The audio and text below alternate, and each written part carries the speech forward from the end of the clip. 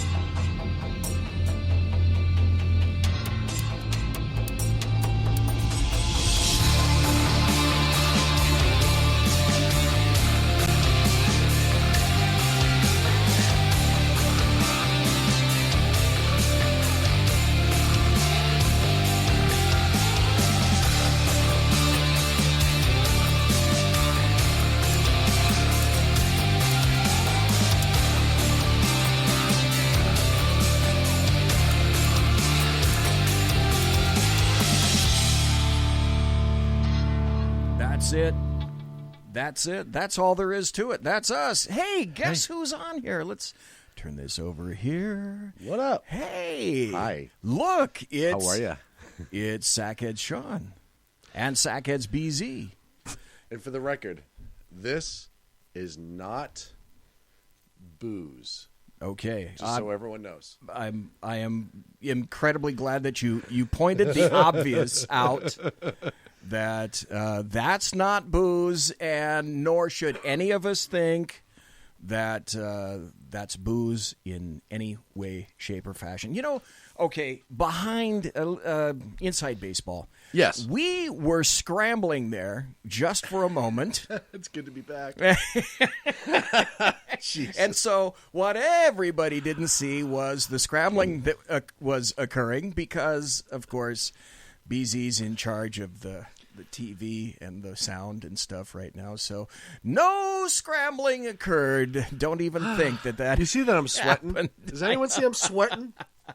Already, we got 3 people in here. We got Whiskey Dale. We got Mike in here. We got Mayhem, and we got 2 viewers. Mayhem. Outstanding. I love it. I mean, love a little mayhem. Listen, if you can't go with Mayhem, who the hell can you go with? And I didn't even get to go with the standard intro. And tonight it's going to be like this: Sean. Hey. And BZ tear through the gristle of today's screaming headlines and rip out the sinewy tendons of truth ensconced within, all from the hoary streets of Shatramento Fornicalia, exposing the trembling toadies, the sniveling jackanapes, and the fripperous fopdoodles infesting leftist and progressive ant farms nationally.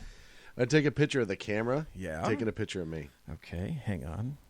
Let's give you that. There you go. There's the camera. There's Sack Heads SHAUN. Perfect. So welcome to Sack Heads SHAUN. Thank you, sir. It's a pleasure to, of course, be back. Good to see you here. And welcome. You know, we like chaos because pretty much this show and anything revolving around SHR at any given time of day really happens to revolve around chaos. Yes. And so, being a show of chaos, we welcome Mayhem to chat. It's so good to see Mayhem here. You know, did you notice that Mayhem was gone for a while? Yes. Mayhem was purposely gone. Yes. I don't know necessarily why that was. I do. But somebody made a decision not to allow Mayhem to... let's see, is Mayhem Progressive or is Mayhem Geico? Mayhem's Geico. Mayhem is Geico. Okay. Yes. All right. You brought up the word chaos earlier, and I'm going to throw a little history at you. Okay. I know you are going to get this. Okay. But what show contained an evil organization that was named Chaos? Wait, I know. Can I say? Can Yes, I say? Okay. yes. Get Smart. Yes. Because there were Adams. 2, that's right, and Barbara Feldon. And Barbara Feldon, that's right. And there were two forces at odds with each other all the time. One was chaos. Yes. And the other one was Control. That's right. Control. And that was also Don Adams' smartphone. Yes, the shoe phone. The shoe phone. The original smartphone / shoe phone. and now there was a very important and special automobile that was in that series that a lot of people have forgotten about. Oh. And it was a little two-door, but he had one of a limited production of that little two-door. It was English. Austin Healey. Except it was it had a very special difference in it from the United States. What was the car and what was the difference? Was it the Austin Healey? It was a... There were two. They manufactured two versions of this, and Whiskey Dale and Chad already got one. Which one? Now he got the Sun. They made the Sunbeam. Okay, it's a two-door. They made the Sunbeam Alpine, and the one that he had was the Sunbeam Tiger. Wow! Look at you go! And it was the Sunbeam Tiger because of what? It had something American in it. Had to be transmission. It had a 289 V8. Oh, who made it? Ford. Was it a Ford? Yep. I see. A Ford V8 in a Sunbeam. Holy crap. Now, I don't know anything about the performance mechanics of the car, but I just remember that, hey, I've seen a Sunbeam Alpine before. They're kind of cool-looking cars, but I to this day, haven't seen it. I have never seen a Sunbeam Tiger. That's amazing. And I don't even know if you can get one. And if you could, I have no idea what you would be paying for it. Whether you'd be paying like Cobra money these days, actual original Cobra cash. Because Cobra's now $700K. Fuck me. Yeah, there are some of them that are going for like $1 million if they're really good and they're original Cobras. You know, all the numbers have to match. Yep. They're going for an assload of cash. No, they are. And it's funny. You ever follow the stories, BZ? Obviously, we do politics and news, but every once in a while, like I know in your show you do the feel-good stories, right? I love when somebody buys a house or they go to a deceased relative's house. Not that I love the deceased part, but they go into the barn or the garage and they pull out something that's been there for 35 years and everybody forgot it existed. I know there was one of a 67 Stingray recently that was worth like $70K. Yeah. I remember reading something about that. I don't remember exactly what it was, Yep. but it was like almost the prototypical crazy fucking barn find. Yes, absolutely. That you discover, you make this amazing discovery, and it's astounding. And I thought it was a 67. I may have got the year wrong. But there was a Ferrari recently that somebody bought a house, and there was a barn that was in like the back 40 on the property. Uh-huh. They never checked it when they bought the house because they were like, oh, we're just going to knock it down or whatever. And they finally went back there and started going through it, and it was like a Ferrari California original. But I'm just always amazed that for me, right, like, my truck's a decent truck. It's a nice-looking truck. You've got a hell of a truck. And I enjoy it. I would never forget that I had that. Wait a minute. Jesus. And again, wait a minute. This Where'd is not my booze. truck go? I can't remember. Right? This is not booze. Where did my truck go? But I would never like park it somewhere and then forget over 15 years. Like, yeah. Let's see. Shit. Did I put my truck in the parking lot or the barn? Now, which one did I put in the barn? Was it the truck or the cow? Right. Oh, shit, right. It's the truck. Well, where the fuck is the cow? Yeah. Something's going to be Somebody's missing. driving the cow to work. Something's going to be missing here pretty soon. I think enough time may have passed where I can tell people this story. And you're talking about barn finds. And nobody on my side of the family listens to the show anyway, so... So I can tell this now because speaking of barn finds, and it is kind of a cool story, I have to admit. And I've told people on a private one-to-one level before what has happened. Right. But this is actually a true story. And it's not quick, so it'll take about 3 minutes to tell. But at the end, I guarantee it'll be at least semi-interesting. To make a short story long. Okay, see this right here? I don't know if anybody can see that. Yes, I'll let it's a watch. Yeah, that's a watch. Well, that's a Rolex Submariner. Yes. And I had this thing appraised.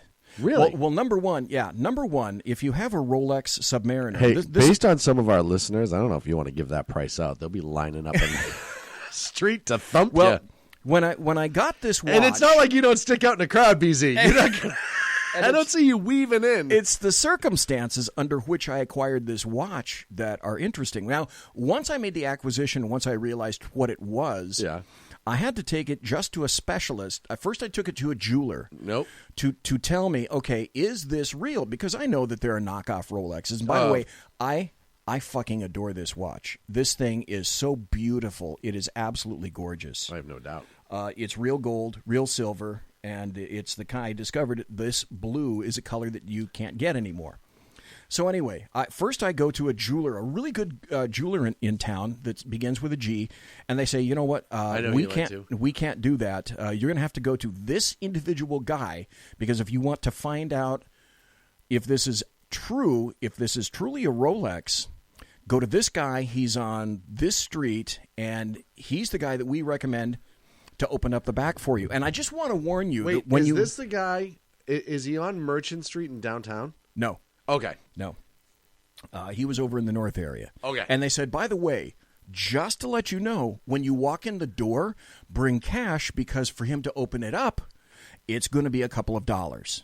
But he will be able to verify for you whether that's real or whether it's a knockoff. Immediately upon opening, probably. Yeah. So $250 later, just to open up the watch. He then confirmed that for me. And so then I went for an appraisal, and my last appraisal about 4 years ago was $15K because of the nature and the time that it came out and whatnot. Okay, so the story is, though, and this is why I'm saying now, and my family isn't listening because they don't listen to my show anyway. Why would they? So my father passed away in 2009. And some people were interested more than others in getting certain things, and there were certain items that I was not the executor. Right. The executor lives far away. Of course. Down in San Diego. Because that makes things so much easier in a time of right. That was my emotion. older brother. So in these tumultuous times, I had the opportunity to go through and grow through everything. I mean, I found incredible things about my dad. I found things buried from World War II. I found his pilot's license. I found maps, California maps, that were marked classified from World War II. Wow. Because they didn't want to give them to they thought the Japanese were going to get in there. And possession of those maps was a felony at the time, by the way. I found a photograph of the Enola Gay taken by my father. And on the back, it's inscribed in his writing, this is the Enola Gay, the plane that bombed, that flew from Tinian. It's something like the plane that flew from Tinian and dropped the atomic bomb in World War II. That's crazy. And he took that photo, and that's his handwriting on the rear. Well, I also found this watch. Buried in a whole bunch of places, I found a bunch of letters from he had two brothers. And I found some heart-wrenching letters between himself and his other two brothers. And this was a weird thing.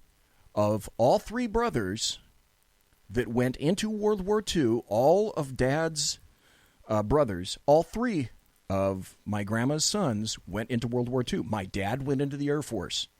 He flew B-17s for the 8th Air Force. Right.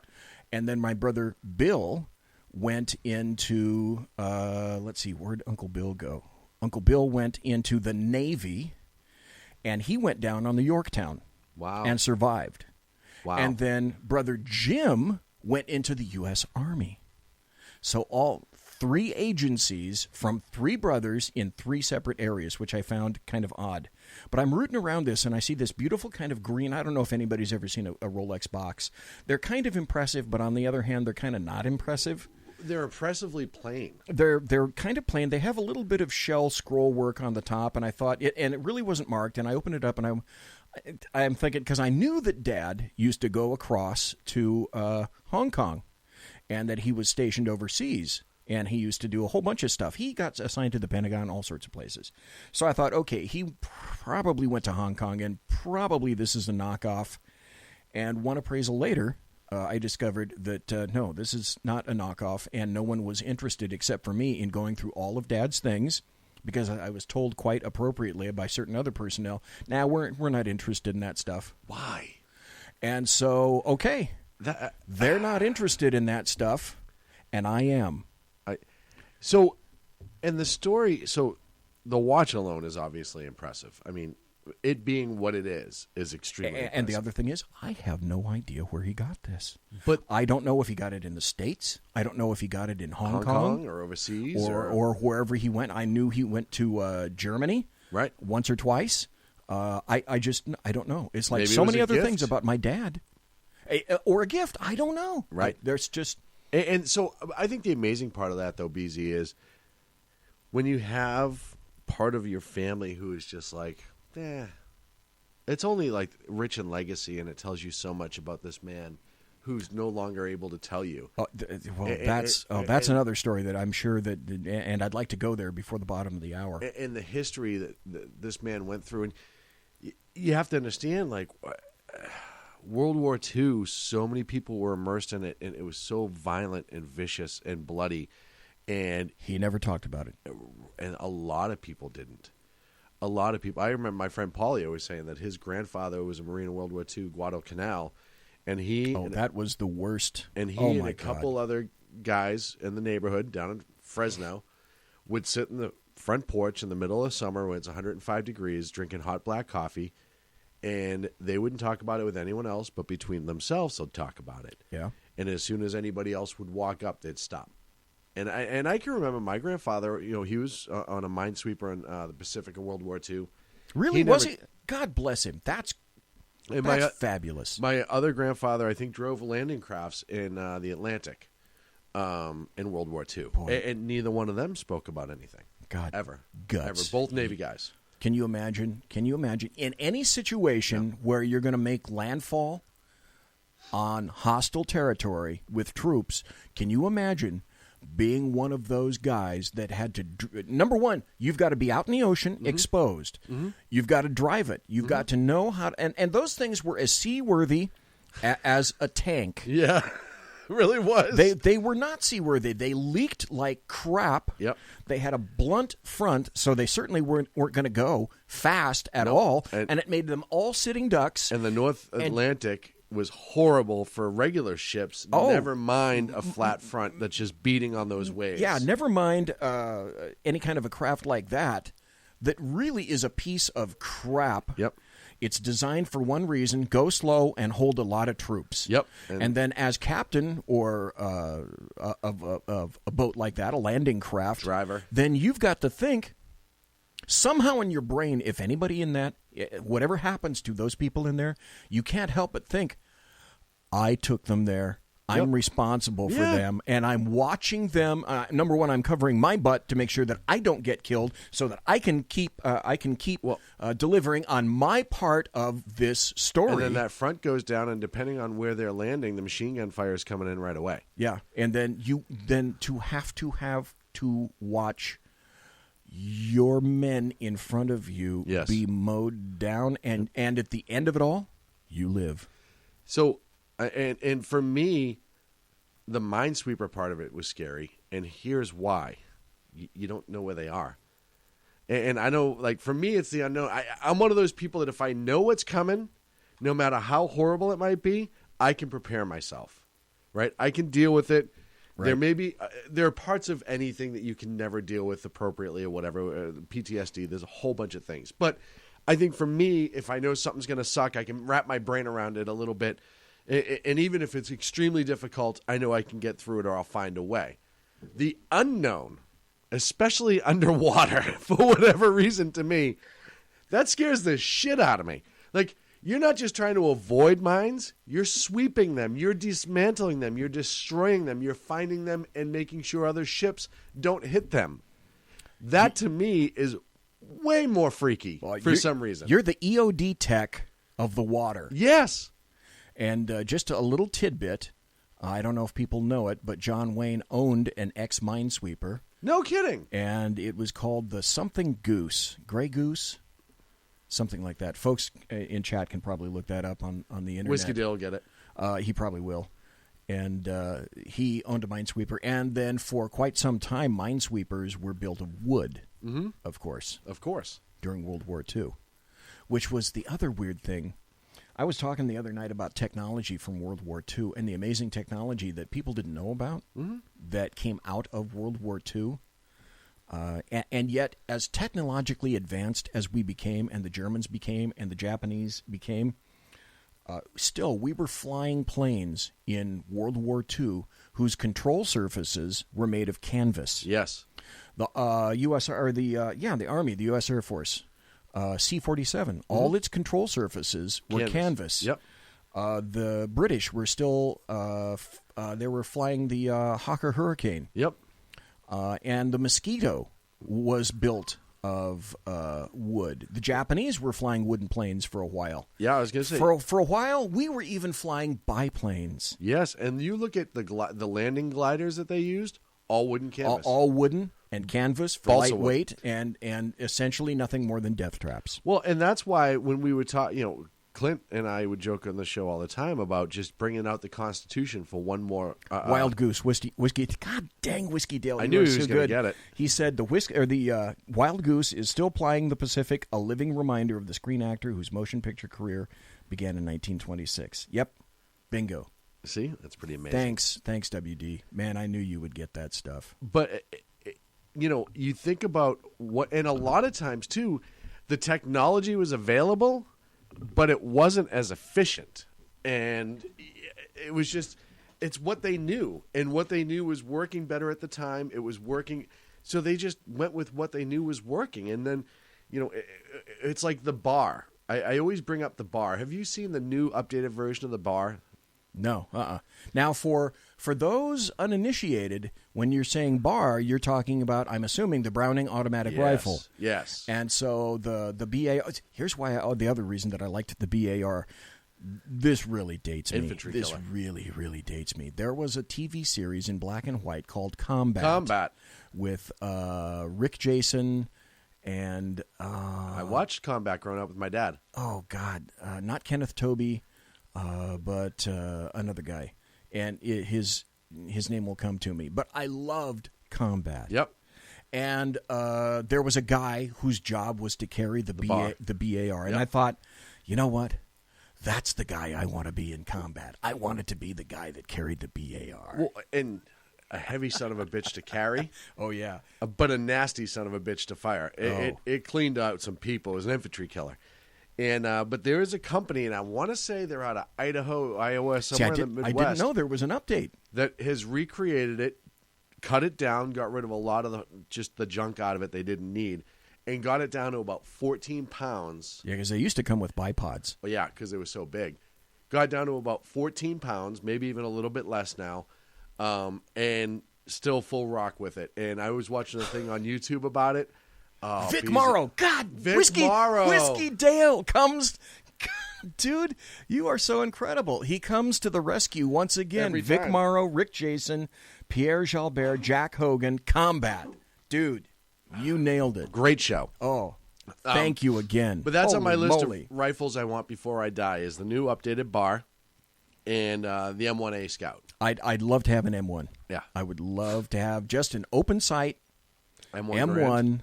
Which is why, and we're going to take a break in about 2 minutes. And after the break, I want to continue this. Yes, because I'd like to make a point, which I'm sure that and I really want your input on it as well, because this speaks. What I'd like to talk about, it speaks to the two of us and our relationships with our fathers. Mm-hmm.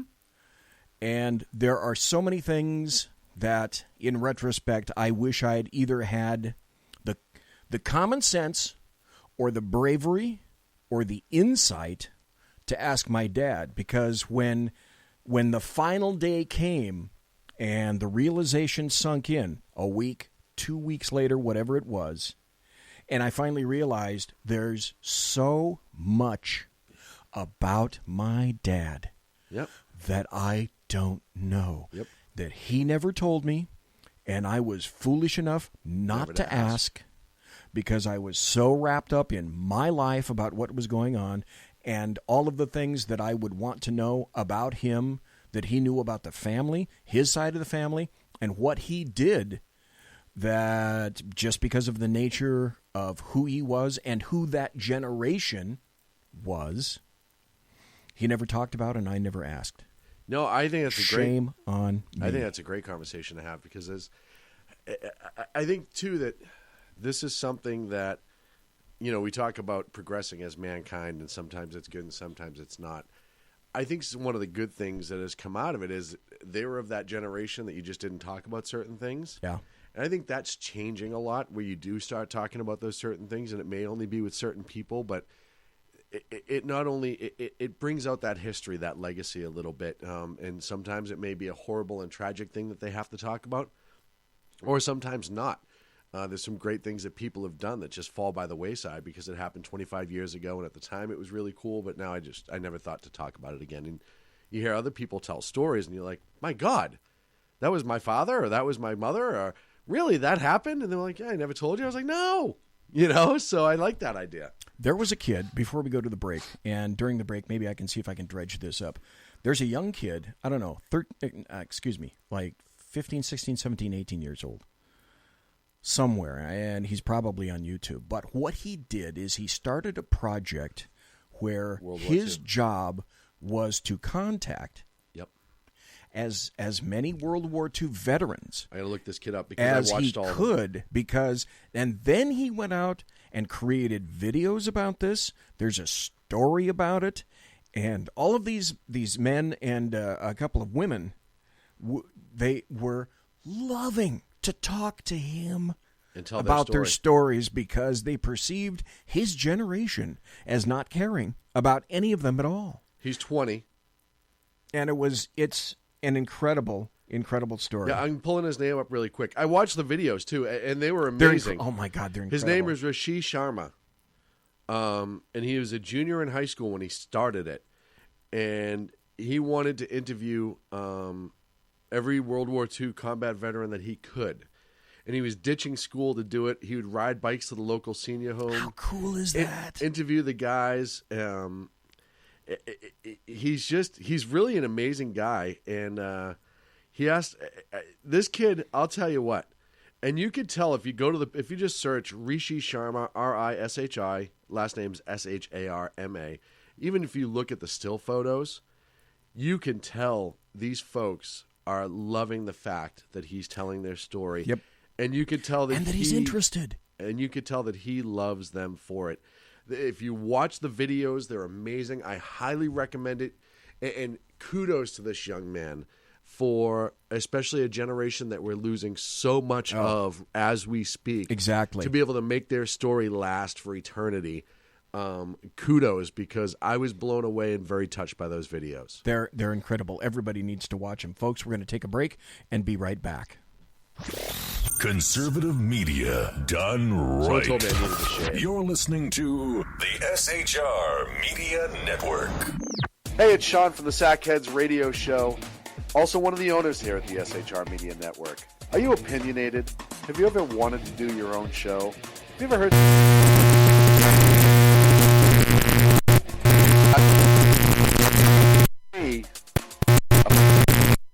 at sackheadsradio@gmail.com, and maybe you can be part of the SHR broadcasting team. sackheadsradio@gmail.com.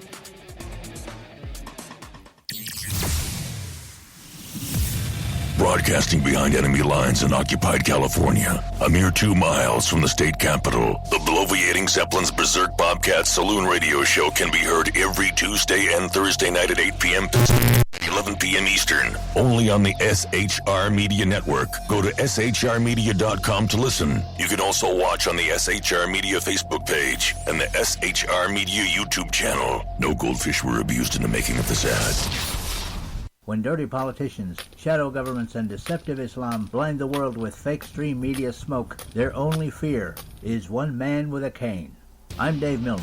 Join me through shrmedia.com, highplains.talkradio.com, and the Western Free Radio Network at Spreaker, YouTube, and iTunes for a different perspective weekly on the Unpleasant Blind Guy. And catch me on Jeff Mitchell's EDL Radio on blogtalkradio.com. There's no surrender ever, because truth is not always pleasant. Hey guys, it's Sack Head Clint. I'm excited to tell you about a brand new show here on the SHR Media Network.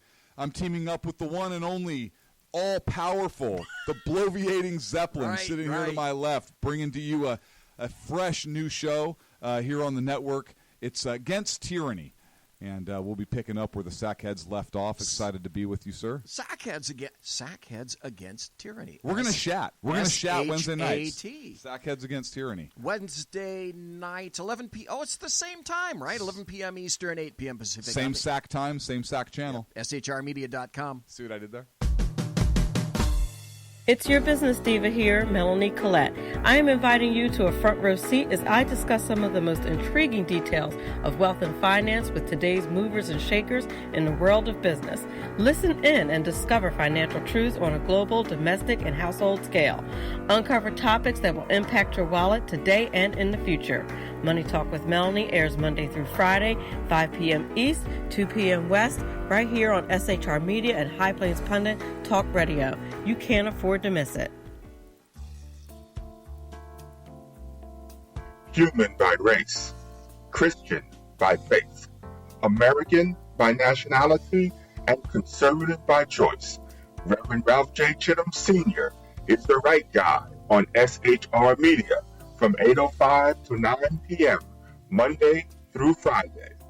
And if on the rare occasion I am ever wrong, I will still always be right. The right guy on SHR Media. Hey, this is Michael Wright. And I'm Shannon Wright. Join us for The Right Way with Shannon and Mike, Monday through Thursday from 7 to 9 a.m. right here on SHR Media. Why are they joining us? For fun things like sports, politics. Oh, maybe some news and entertainment? And all kinds of other things. Money and recipes and events, all kinds of stuff. Yeah, so join us Monday through Thursday, 7 to 9 a.m. here on SHRmedia.com.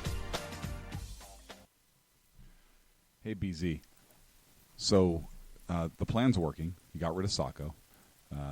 Shaun is now stepping away. I never even saw him. And I know, and insidious. You know, we talked about this for, for the last 3 years, and finally coming to fruition. You know I'm still in the room, right?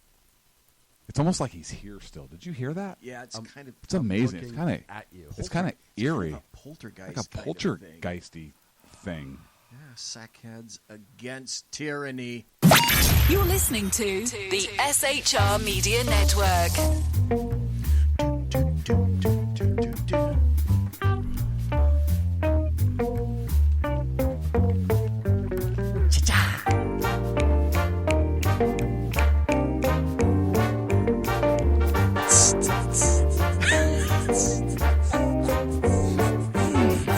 I love that. It's a great... It's a jaunty little tune. It's a good bumper, man. It is. It's great to come in on that stuff. And it's great to see you. It's too bad we can't have you back every Wednesday because we'd love to get the band back together. But, hey, I'm thankful for little things, so just having you in the studio tonight no pressure. Is, well, come on. Listen, of all the people that don't respond to radio pressure, it's you because there are some people, and you and I both know it, who can get down and sit in front of a microphone and just do it, and it just rolls out of them, and you're one of those people. And there are some people who you can put in front of a microphone, and they may be great extemporaneous speakers otherwise. Freeze up in front of the microphone. And put them in front of a microphone. And it comes out of me like a refined belch. We got a new guy in chat, Andy Wood. Great to see you in chat. Mayhem is here. We already welcomed Mayhem because I'm glad this show is all about chaos. I'm glad Andy brought the wood. Yeah, no kidding. Excellent. Great to see you here. We were talking about our dads. There are some things that I wish that I'd done and said about my dad. Yes. And my advice to everyone, if you're of a particular age where your dad or your mother, it doesn't make any difference, your parents... And someone is, that's a great T-shirt. Thank you. By the way. Tell people where you got that. It's grunt style. I love grunt style. It's good stuff. Anyone who's seen my wardrobe at all in the last year knows that I love grunt style. Right. I can attest to that fact. It's about 90% grunt style. And they've got great designs. God help me if they make underwear and socks. By the way.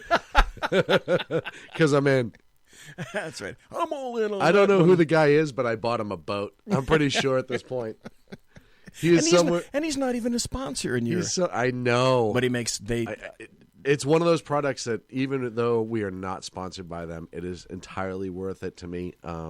They make good stuff. The quality's there. They're funny. The shirts are great. They have so many options now. They have sweatshirts, T-shirts, you name it. Women's wear, kids wear. We're not getting paid, and I'm still speaking like the Smoke Run style. Well, that's and you get awesome, badass shirts like this, right? I mean, how can you go wrong with that? The thing is, their graphics are they're just fabulous. Yeah.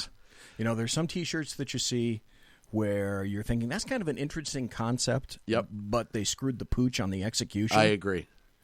And they don't screw the pooch on the execution. They have one. It looks like a Hawaiian sunset, almost a very Magnum PI looking cartoonish thing. But Magnum PI is coming back. By the way, we can talk about that later. But all it says underneath is Aloha Snack Bar. And that just makes me laugh every time I see the damn shirt, and I have to buy it. I haven't bought it yet.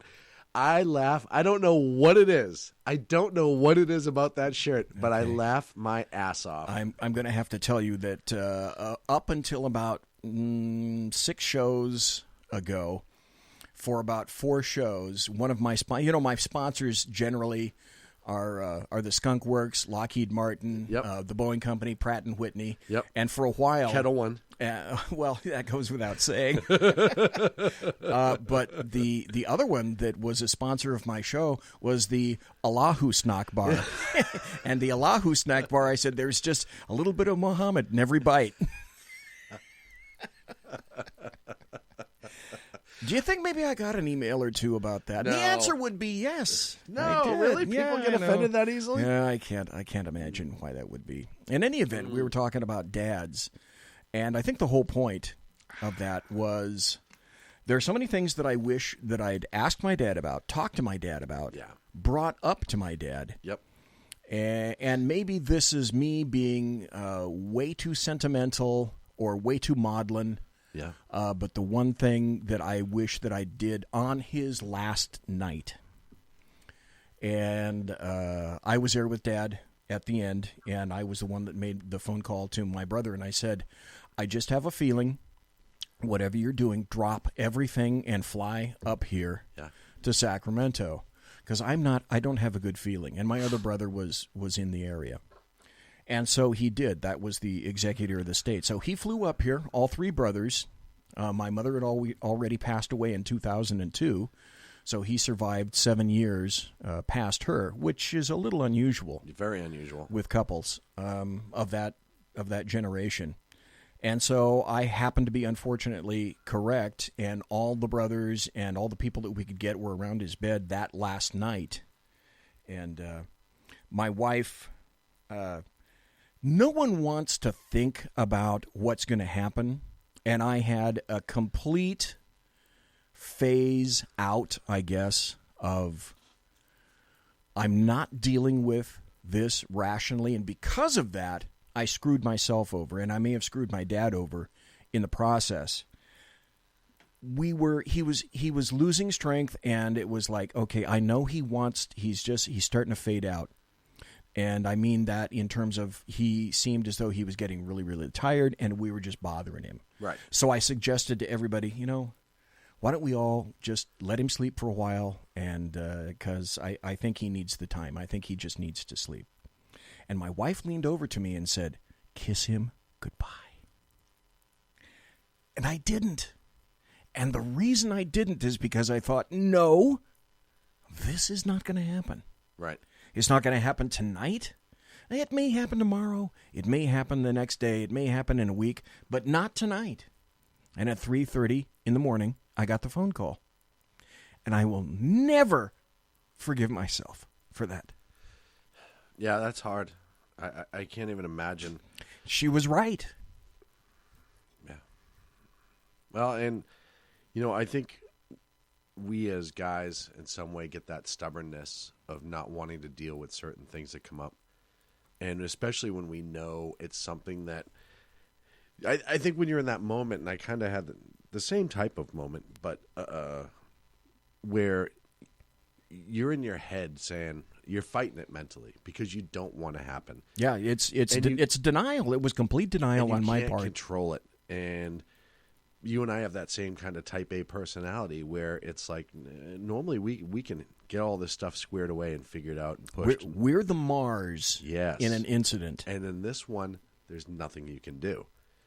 And I think that little bit of that denial feeds into it. Sometimes I think it's a defense mechanism, and other times I think it's an offense mechanism.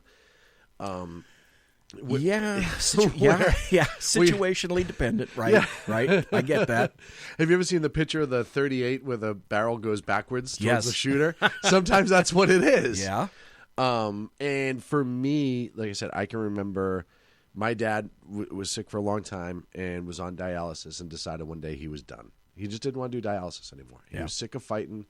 My mother had taken care of him for years when he lost both of his legs, congestive heart failure, neuropathy, you name it, he had it. And my mother also did it while she was battling cancer. Was taking care of him. Terrible that must have been. And you know, I think he got to the point where his personal quality of life was just gone for him. He dealt with a lot of things for years, and being this big strapping guy, he was a cop, and you know he was my hero growing up, and he was a type A, and I'm sure he was used to being in control of the situation, and being able to do whatever he wanted to physically, and as that deteriorated, you could see. And he fought for a long time. I mean, he went up and down 15 stairs in the front of the house to go to dialysis 3 days a week on prosthetics in the snow, in the winter, the whole 9 yards, and he still did it. He fought for a long time, decided he was done. So he said he wasn't going to do dialysis. His heart doctor, his name's Jack Berg, by the way, who is amazing. He was an amazing doctor, and he and my dad went back for years, and they were like a married couple when they'd fight about things. Jack would say, "Damn it, Bob, you got to do this." And I don't want to do that. You got to do this. You know.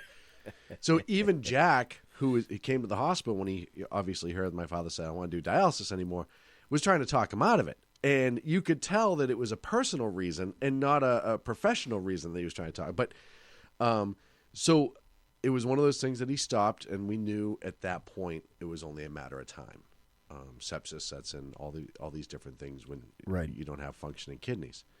And we were coming and going, hanging out. Then my dad kind of, I guess comatose would be the only way to describe it, for a good 16 hours it felt like. And my time may have been a little off because it was so frantic. And we all thought that was it. We really thought he wasn't going to come out of it again. And all of a sudden, he did. And he opened up his eyes, and he was lucid and happy and talking, and he had individual moments with people, told some funny stories. We smuggled beer into the hospital room because he wanted a Guinness, and who was I to say no? I'll never forget the look. Who are you to say no to something like that? I will never forget the look on the nurse's face when she walked in, and there's like 10 of us in this hospital room, and we're all drinking Guinness, including my father, who's laying in bed. And the look on her face of like, what do I do? What do I do now? What do I do? Kick out the guy who's literally going to be dead in the next 48 hours drinking a Guinness? Like, what? How are we going to do this? Yeah, that'll kill you. Yeah, exactly. It's not good for you, God love her. She didn't say anything to us. And then we all left to handle some things, and it was just my mom and my dad, and that's when he passed away. And part of me was sad that I wasn't there because we'd been at the hospital for what seemed like 3 days. It was probably 2, I think. Right. And pretty consistently in the room. And then we left to handle the arrangements that we knew were coming. We actually went to the funeral home. Right. And my brother and my sisters and I. And when we got back, we found out he had passed just a few minutes prior. And it was really hard. But on the other hand, the part that I thought was amazing is it was on his terms. He had decided. Yes. He decided that it was time. And my mother was with them. And after everything they've been through together, raising me alone, the years of my father being a cop and my mother working, having 4 kids, and busting their asses to make ends meet, going through the illnesses together, the happy times, seeing grandkids, all of that stuff. As much as I would have loved to have been there, I thought it was very, very fitting the way it ended. So it's that bittersweet, where it's just astounding. I think it's a situation where, At least I believe it was for Dad. He was waiting until he got everyone that at that point was significant in his life.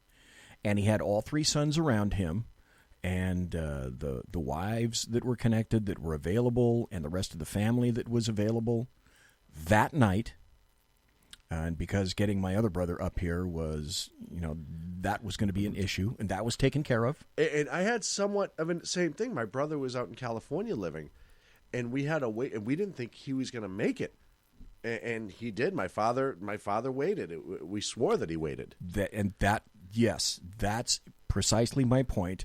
Because I think once Dad saw that everybody that was there, because Mom had passed 7 years prior, and once he saw that all the rest of all of his sons were there, and all the rest of the people that he could get there, he was okay. Yeah. Yeah, and I think they just know, and it's amazing when people. I'll just know. You'll just know. Well, maybe not. I may know it's coming, but I may not know at that moment. But I think one of the things you brought up a good point is, being able to ask that question or being able to ask that series of questions. I had a really close relationship with my dad, especially the last few years of his life. God, get out of my head. Once my mom passed. Mom, I'm sorry for saying this. Wherever you are, if you're watching, if you're listening, I'm sorry to say this. Once you passed away, only then did I really get to understand who Dad was. Mm-hmm. Well, because there was, you're used to seeing them as a unit, and then you see them as the individual. And I think you naturally become closer to that individual. Like my mom and I have always been close, and we have a great relationship. But I think after my dad passed, we got closer. I learned how truly crazy my mom is, which I thought I knew growing up. Now, you didn't know shit by half, apparently. No, but you do. You see that person as the individual. For me, I was off during the day. My dad was home a lot during the day. They lived 10 minutes from me, so I was up spending a lot of time in the afternoons with my dad. I would drive him to and from dialysis. We had a lot of good points to have conversations that we probably wouldn't have had otherwise. Yes. I was lucky enough to have a few of those myself. And not always, because I will tell you, too, I was 24, I think, when my dad passed, 25.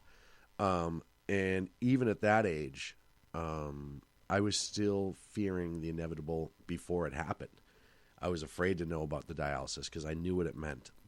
The congestive heart failure. I spent so many nights. My mom can't tell you how many times she drove my dad to the hospital the last couple of years of his life, And when you know it's coming, and especially when it's somebody that is so crucial in your life, when it is that person who is your hero and you looked up to and raised you, and you realize, for me, I did have a lot of regret for all the times that I was an asshole kid, and I stressed him out and not understanding how hard he was working. My God.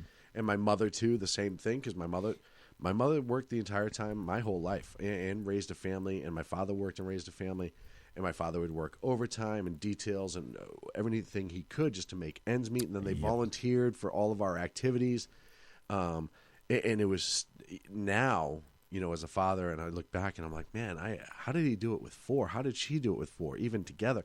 But back then, when you're 14, 15, you don't look at that shit. You just want to be the asshole that you're going to be. And then when I hit that age of about 22, 23, and I was dealing with shithead kids that I used to be, and I was like, damn, like, these people are pretty amazing. Yes. How my father didn't put a bullet in me, I'll never know. Or a boot up my butt. Well, I got that a bunch of times. And I never got one I didn't deserve. I always tell everyone that. I got a lot of beatings growing up, not one I didn't deserve. Looking back at them, maybe at the time I didn't think I deserved it, but as an adult looking back, I'm like, I probably should have got my ass kicked more than I did, actually. But, driving to and coming from dialysis or doctor's appointments or just sitting up there while he was making lunch, and I can remember my father would wheel himself over and cook his breakfast, and he'd do eggs, and then I can't believe it's not butter in his coffee. And he'd always offer me one, and he didn't want me to cook for him because that was like getting in his way. Like, he had a routine, but that was when I had my moments to ask questions, and sometimes I did, and sometimes I didn't. There were sometimes I was afraid to ask a question because we talk about that denial being there where you're like, well, I have more time. And I think it's my way of saying, like, I don't want to deal with that. So I'm going to tell myself I have more time. And if I ask this question now, well, maybe I'm cutting that time out later. Because I know he wants to answer that question. I know he wants to tell me about this. You don't want to face the fact that, okay, I really am going to have to come to terms with the fact that he's not going to be in my life. Yeah. And it might be pretty soon, and I'd rather think about something else. Yeah, and that's exactly what it is. So, I'd make some stupid joke or tell a work story or whatever, and we just start bullshitting about something totally different. For me, I had the opportunity to work with a bunch of people that my dad worked with. Not a lot, but a decent amount. That would have been way, way cool. And to hear stories about my dad being told from other people, and I had heard stories about my dad from my dad. I had heard stories from my dad from a couple of his close friends. But to hear other people outside talk about my dad was really amazing. And, I can remember one of the guys I worked with, Billy Rowe, sitting on an overnight shift, a late shift, and he would tell me stories all the time about my dad.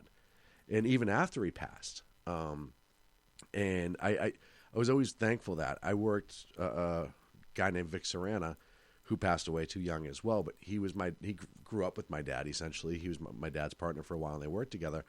Vic would tell me stories about my dad. John Amaral was another one who would tell me stories about my dad, and John was young, and my father was already on the job when John came on. To get that legacy from a third-person point of view, so to speak, was just astounding.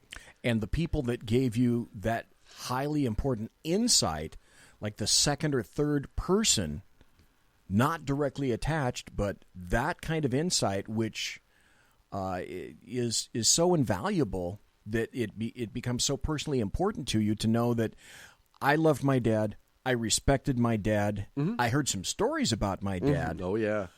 On the other hand, here's all these people over here. They're saying the exact same thing, telling me what a great guy he was, and here's the experiences that they had with him. That's invaluable. You'll never get that again.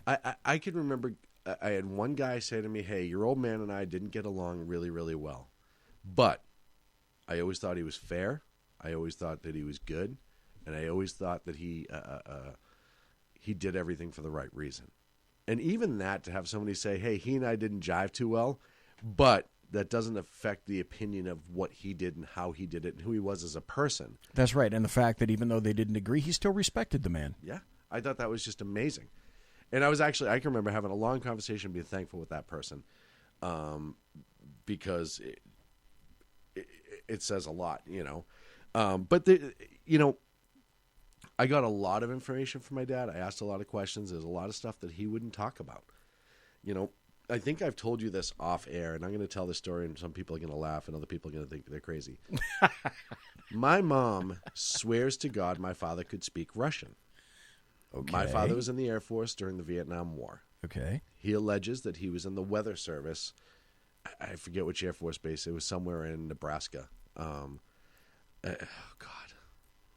I'll remember it later. Okay. And when he and my mom were together, he'd be gone for an extended period of time and come home on leave occasionally, gone. But my mom said later on in life that he would dream and talk in his sleep, and he was speaking Russian. Okay. But my father was one of those people who was he was told never to say anything about something, he wouldn't. Yeah, and that was part and parcel of that generation and the greatest generation, because there was still the written and unwritten rule that if you were given an order, then you took it to heart and you carried it out. And yes. So, and you got to think of people may or may not remember, in Vietnam, Russia was heavily involved in the North Vietnamese. Correct. And so, yeah, maybe he was checking the weather in Russia.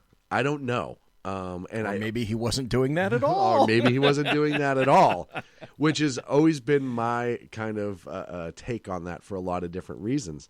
But it just seems really, I know my old man, and I know if it was like, hey, you can never talk about this again. Oh, okay.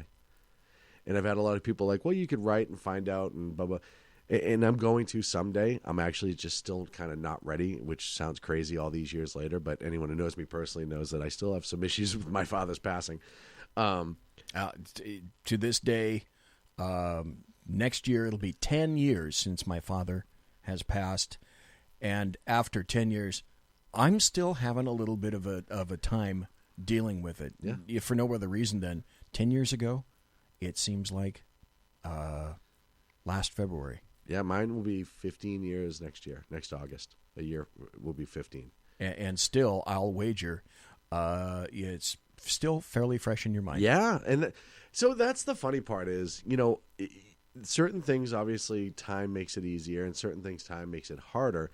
But I can recall certain conversations with my father like they were yesterday, because my father was a great storyteller, and my father was very much commanded a room if he wanted to and was speaking, and he just had a booming voice and whatever.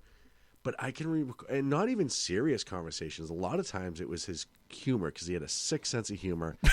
He really had a sick. He was a sick man. He's a cop. What do you expect? What do we do? What kinds of humor do we jokes, have? the whole 9 yards. I there's a couple stories I wish I could tell, but I know people alive that were involved in it that would kill me if I ever did. But and I can remember to this day hearing those stories for the 15th time out of my father's mouth and laughing just as hard on the 15th time as I did on the first time, because the first time I was probably too young and didn't understand. And just to see his brain and his guile and his wit at work, as you get older and you realize that your old man just isn't some guy who's telling you to clean your room or go to school or whatever, that there is this character that's buried inside, this person that's buried inside, that as you get older you actually learn to appreciate. Like I have with my mom, too, the same thing. My mom's an amazing woman, and I do have that same ability now. One of my biggest regrets. I know she's listening. Hello, Mrs. L. Yes. So we say she hello. Does listen. We say hello here at Sack Heads Against Tyranny. And if she can't stay up late because she's on the East Coast, she watches and listens the next day. But for me, I think my biggest regret is my dad never met my kids. I can see how that would be just incredibly important, incredibly significant. Yeah, and that's something that I'll always carry with me. On the other hand, he had been fortunate enough to meet most of my other nieces and nephews, which is great because they're able to share those stories as my kids get older about my dad. Luckily my mom, we just spent 2 weeks with my mom, so my kids do know that. But it is amazing the things that still stick with you after an extended period of time, and good and bad. Sometimes certain things cause closure, and then there are other times that I find things open up those wounds again, and you're like, wow, why is this bothering me right now? And it's not just because I've been drinking. Right? That never happens. Who the hell gets emotional when they're drinking? No one here in this room. But I guess, kids, what I'm saying is, especially your older loved ones, like I do with BZ every week. You talk and you ask questions, and knowing that it's right around the corner, and it's anytime now. Anytime now. It is anytime now. You want to get I'm waiting for my factory-issued heart attack. Don't think. It's like when you stop talking, we check your pulse. You don't know it, but we do. We're like, shit, somebody's going to have to clean this up. You know how tough it's going to be for the body snatchers to put me on that gurney? Those poor bastards are going to say, this fucker should have eaten a lot less. I'm going to get them on speed dial to call me first before they do the move. Because I'm just going to sit there laughing and be like, he knew this was going to happen, you poor bastards. He knew. He did this on purpose. He told me to kick you guys in the ass as you're walking by carrying him. Well, I think we're actually going to have to take a break. Okay. When we do, we're going to come back and actually get perhaps to some politics. Why? Since we just blew through 1 hour of Sunbeam Tigers and BARs. And the other reason I brought up the Austin Healey, we were trying to figure that out, is my father drove back from the Air Force in an Austin Healey that he had bought with the electric overdrive, and he used to tell me he wished he never got rid of that car and the Camaro. Oh God! Talk about stories for another day.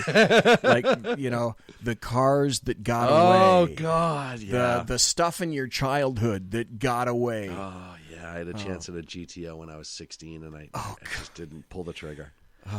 I know. Amazing stuff, folks. Don't go anywhere. Come. We're going to be right back, I swear it. We'll be back. Conservative media done right. You're listening to the SHR Media Network. Hey, it's Sean from the Sack Heads Radio Show, also one of the owners here at the SHR Media Network. Are you opinionated? Have you ever wanted to do your own show? Have you ever heard somebody like the Sack Heads and go, yeah, I could probably do that better? Well, now's your chance. Send me a 5-minute clip at sackheadsradio@gmail.com, and maybe you can be part of the SHR broadcasting team. sackheadsradio@gmail.com.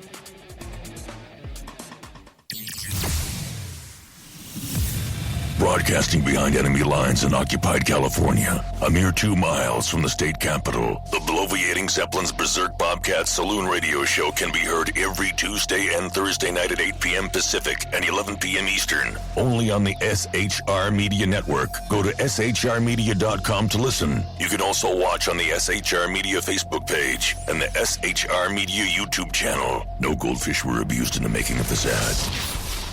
When dirty politicians, shadow governments, and deceptive Islam blind the world with fake stream media smoke, their only fear is one man with a cane.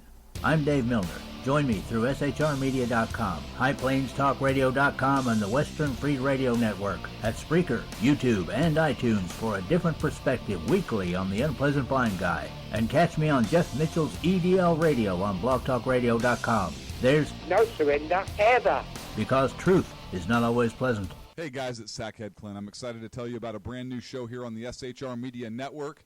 I'm teaming up with the one and only all-powerful, the bloviating Zeppelin, sitting here to my left, bringing to you a fresh new show here on the network. It's Against Tyranny, and we'll be picking up where the Sackheads left off. Excited to be with you, sir. Sackheads Against Tyranny. We're going to chat. We're going to chat Wednesday nights. S-H-A-T. Sackheads Against Tyranny. Wednesday night, 11 p.m. Oh, it's the same time, right? 11 p.m. Eastern, 8 p.m. Pacific. Same Sack time, same Sack channel. Yep. SHRmedia.com. See what I did there?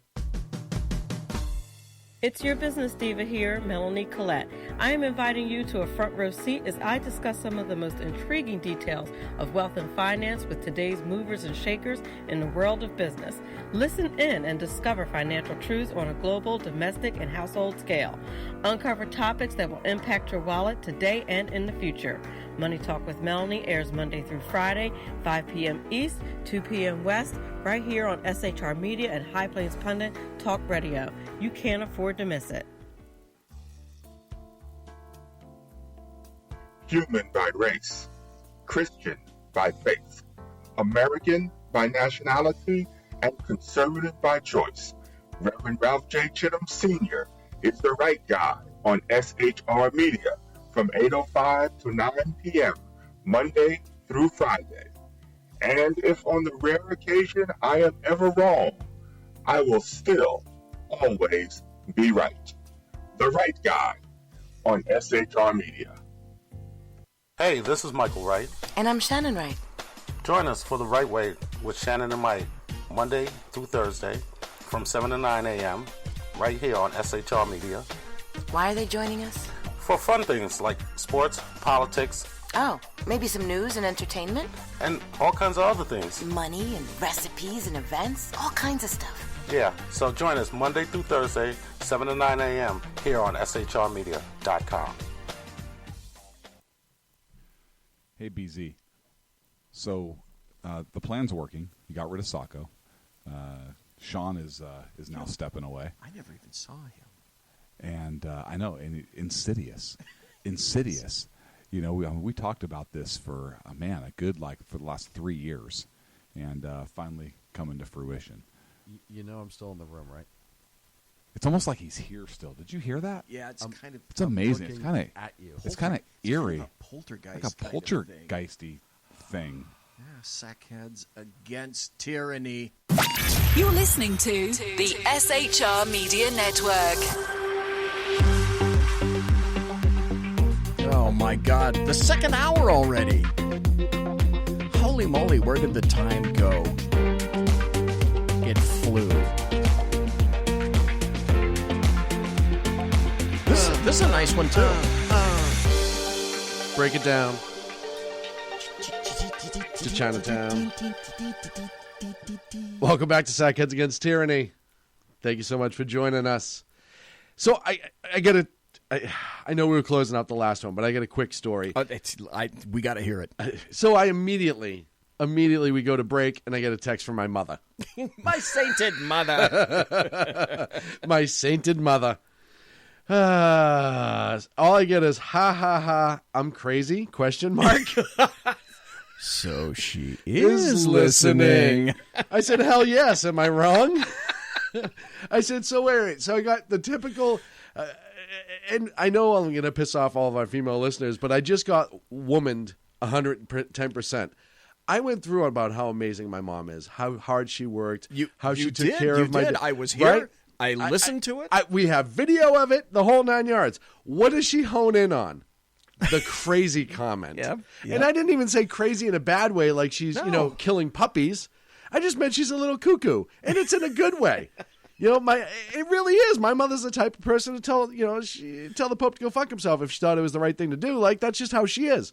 But I just thought it was funny that I was like, son of a bitch, I give you all these compliments, and then you're going to shit on me for the crazy comment, and then she's yelling at me for dancing coming back for break. I'm done. I'm done. That's my point exactly. You see, you never know who's listening and when, and now okay. You are being listened to. Oh, and it's not just the NSA either. Not just the NSA. Let's start going down the list, my friend. We do have politics to get to at some point in this fucking show.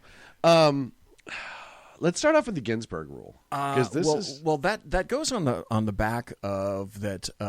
Brett Kavanaugh was nominated on Monday for SCOTUS. Yes, and even before the nomination came, the LDAM decided that they were going to pop a cork. And as I've said, and I'm sure I'm not the only one that said this, he could have nominated the Pope or Jesus. Yes. And they would have come out and said something negative. It's wrong that only a certain few should have the ability to walk on water. Or, we never liked that guy's tall hat anyway. They would have found something terrible to say about either one of those guys. His robe is way too white. That's right. And we all know when people wear white robes. And, it's like Amy Coney Barrett is like, the dogma sings loudly in you, Jesus. Or the Catholic dogma sings too loudly in you, Pope. Apparently, Jane Butcher also only heard me call my mother crazy and ignored the rest of it, too. So everyone's blowing me up right now. God damn it. I find that amusing. I'm sorry. I know. I just do. But we had to predicate the Ginsburg rule in terms of what just happened on Monday. Yes. And I'm listening to CNN. I don't know why, but I am. And the stuff that's coming, it's like, do you hear the word that are coming out of my mouth? You can't believe the things that are coming out of the mouth of CNN. First and foremost, you listen to CNN. Why he's going to kill chicken, or he's going to kill chickens, and he's going to kill kittens, and he's going to. Well, of course, we all know that he's going to kill babies, right? He's going to kill everyone. Well, no, and women. He's going to kill women. He's not going to kill babies. That's part of their problem. Well, that's okay. Good point. And potentially, and that brings us to the Ginsburg rule. Roe versus Wade has blown up with the Kavanaugh nomination. Yeah, that's been the biggest one. People have been tweeting, Roe versus Wade is going to die immediately. This, that, and the other thing. First and foremost, people, you need to understand how the Supreme Court works. And they don't. They really don't. They don't just sit there and decide what cases to open and close. There would have to be a legal precedence in order for the Roe versus Wade decision to be brought all the way back up to them. That means it would have to be challenged in a local court and start, or a state court and start working its way back up, or a federal court. And then... leftists do not want you to know that. They don't want you to know how things actually work. If the court chooses to hear it, depending on what's being challenged, they may not have the ability to throw out the entirety of Roe versus Wade. They may have the ability to make a ruling on a specific language or a specific interpretation. Just because Kavanaugh has been nominated does not mean this laws. And look, we're going to play a Ginsburg clip in a little bit. They call it the Ginsburg rule, and I agree with what she says 100%. Exactly. As long as it's evenly applied. Yes. When we're vetting our Supreme Court justices, look, you can go into their case history and see how they ruled. You can see if they've always upheld the legal standard. You can see if they've been a fair judge. You can see a lot of things. You can go into their moral background. Has he been a good person? Has she been a good person? Are they barbecuing kittens for pastime? Or do they volunteer every single weekend at a group home trying to help kids get on the right? You can go into that. You can talk about how he made this one Facebook comment back in 2007, that has been grossly misinterpreted, but yet they're going to exploit it anyhow.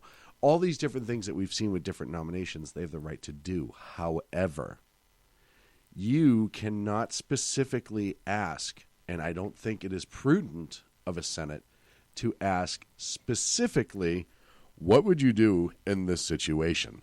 And they have. Because that is unfair to a Democrat or appointee, a nomination, or a conservative. Does not matter, right? What you need to find out is, do they understand the law? Will they uphold it appropriately? Even if it's their interpretation, I don't agree with their interpretation. Are they following the guidelines? Have they followed the guidelines? Do they have the right legal training, et cetera, et cetera, et cetera? Now, this could bite us in the ass as conservatives in 8 years or whatever if you have conservatives start retiring. But, exactly.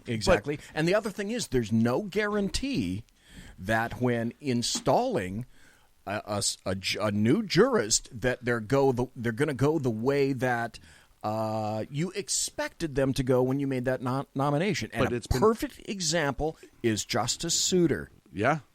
As soon as he came in, Souter almost immediately started leaning to the left. He was no swing vote. Mm-hmm. You had a pretty damn good idea which way he was going to go. Right now you kind of John Roberts. Roberts is the big one now, right? Look at Obamacare.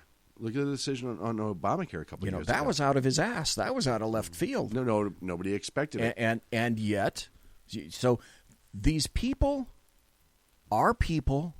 They're fallible, and they can go whichever way they feel at the time that they feel like crafting their opinion. And you can't pigeonhole them entirely. Well, that can't and shouldn't be done. The other thing that you have to look at, too, with a lot of these people is when they're crafting their opinion on a case, even if it goes against what their values are, if it's meeting the legal precedents to stay or go a different direction, then and they follow that, that's a possibility, too. And we've seen that. We've seen that a few times recently. And you have to understand that, that's part of it. The problem is these Senate confirmation hearings, especially for Supreme Court justices and other positions, we see it a lot with cabinet members, have become political folly. It's used for the next election, not for the appointment. Look, they know that Kavanaugh's probably at this point a 98% chance of getting in. They have the numbers as long as you get all the conservatives to actually show up, and I'm sure a couple Democrats will, especially for elections. I think it's going to go my prediction, I'm going to say 54 or 55. Oh, I think it's going to get 60.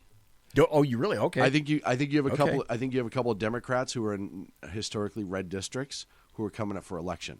Well, and serious public threats essentially have been made to them by Dick Durbin, if no one else, saying that essentially we expect you to take it up we're going to pound it up your ass, and we expect you to vote the way we tell you. And if you lose your seat in the meantime, oh well, too bad. It's like Magnum Force. Sacrifices have to be made, mister. And we've talked about this. Yeah, it's a great movie. We've talked about this in a lot of different places where you have these guys and these gals in the Senate and the House who are voting the party versus what is the right thing to do, what their constituents want. Bingo, what their constituents are looking for. Right. And you have to remember the Senate is supposed to represent states' rights, not people, not the individual. That's the House. That's the House. The House deals with that. Even though they've changed that to now we have the direct election of senators, that doesn't change the fact that the senators are supposed to deal with the state rights. That's what they're supposed to be serving. That's their people. That's why there's 2 to a state versus districted out like the House. Yes, more local. The assumption is more localized, more local control. We can theoretically access our representatives much easier. But people forget that. They think that the senators work for the people directly, and they're not. They're there on a state level. They used to be appointed, if I'm not mistaken, before the 19th Amendment, they were appointed by states. I believe it was the state house or the state legislature that would appoint them, and correct me if I'm wrong. Well, there's so many people that have no idea how government functions. And that's the big difference, too. So now you have a Senate that's confirming a Supreme Court justice that is not supposed to be representing Roe versus Wade per se, but the states' right issues when they're putting them in the Supreme Court. That's something. I mean, they have to look at all the issues, but that's what they're supposed to be concerned about. Well, look. It's the look balance at it this of way. power. Look at it this way. What's the worst thing that could happen out of the Supreme Court with regard to Roe versus Wade? And that's this. They could say, we're going to push that down to the states. And even allowing the states to weigh in on this is completely anathema to the LDAM. They Yes. don't want that to happen. Yes. They don't want states' rights. Yes. So, are you kidding me? I guess they love the 10th Amendment Until it doesn't suit them. Until it doesn't suit them, and then we need the federal government until we want states' rights. Look at California right now with weed, right? The FDIC won't allow weed businesses to bank within the FDIC. If you're an FDIC-insured bank, they won't let you touch marijuana. Yeah, so what's the state of California So doing? the state of California, who normally absolutely loves huge government, has said, well, we're going to make our own banks. Yeah, we're going to get into the banking business. Right, which is exactly what this state should be doing. That's what you need. But it amazes me how when the 10th applies and when it doesn't apply. Right now, the state wants to make all this money off weed, so the 10th doesn't apply. Oh, you can't, or it does apply. You can't tell us what to do. Well, do you want your money FDIC insured? I don't give a shit if it is or it isn't. That's up to the bank. But I'll tell you something right now. If you're the weed, those banks or the state bank that's going to get opened is going to be targeted heavily. And you know they are. FinCEN is going to be all over them. And the first time they're out... Why would you not? Right. You'd be stupid if you didn't. But so I bring up marijuana for a reason, and I'm glad you went to California. So many people are against Kavanaugh where it's like, well, what if he comes out that he's pro-marijuana? And he's like, let's start challenging this. Will the left all of a sudden go, oh, shit. Kamala Harris, who I'm protesting and I won't even take the president's call about this. She denied the president's call. Such a fucking idiot. Yeah. But now all of a sudden it's like, hey, Kamala, your state that you represent, kind of, if this guy supported marijuana and allowing it, where are you going to be then? Because you represent the state. You're a senator. You're not a representative. Well, they're humans and they can change. Yeah. And that's the big deal. Well, let's go back specifically to the Ginsburg Yes. rule. And what is the Ginsburg rule? At the heart of this is what folks call the Ginsburg rule, and it's a term that is a phrase that gets bandied about in confirmation hearings when you're dealing with answering questions from representatives, from senators and whatnot, and that the Ginsburg rule is something like, well, nominees have to stay away from making specific hints or forecasts or predictions or previews about what they're going to do when you install them. Right. And you made mention of a piece from Ginsburg, Ruth Bader Ginsburg, and I'd like to play that now.